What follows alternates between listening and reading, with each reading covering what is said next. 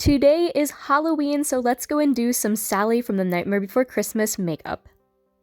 I've been doing 31 days of Halloween makeup, and I hope everyone has enjoyed all of the different videos that have been coming out every single day throughout all of October, so let's get started for the last makeup look. What you're going to want to do is go and glue down your eyes to start off this makeup.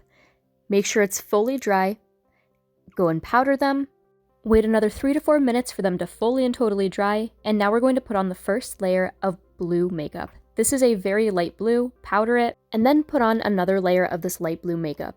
This makeup look took about 2 layers of this makeup. After you have your face fully covered, make sure to go and get your neck as well. From there, after everything has dried, go back with some light blue cosmetic. This should be just slightly darker than the blue that you used already on your face. Get the inner portion of where your eyelids are, along with also along your nose. Get your eyelids as well. And then, underneath your eyes, go and paint on white semicircles. These are going to go and accentuate your eyes and make them look a lot bigger. Wait for those to go and dry, followed up with a small amount of a darker gray cosmetic. And now we're going to go and outline them with an eyeliner pen.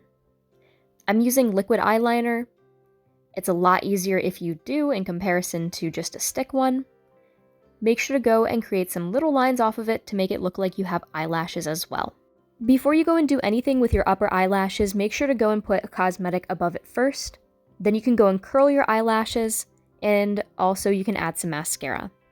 I wanted to make my eyelashes look really pronounced, so I glued on some fake eyelashes. These are really fluffy, and honestly, they just make the look so much better. You don't have to use fake eyelashes though, but my eyes just look so much more pronounced. Now after that, go and put red cosmetic onto your lips to really make them pop. Make sure to go and fill in the bottom, make them nice and red, and from there what you're going to go and do is branch off at the sides with your liquid eyeliner and create the stitched look. Sally, of course, has stitches that come off of her mouth, so you do want to go and probably have a reference photo up just to kind of keep in mind how they do look.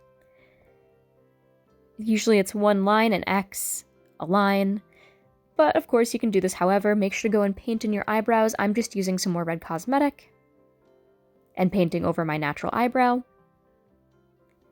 And after those have dried, I'm going back with my liquid eyeliner and creating another stitch. Then I'm following it up with some lines.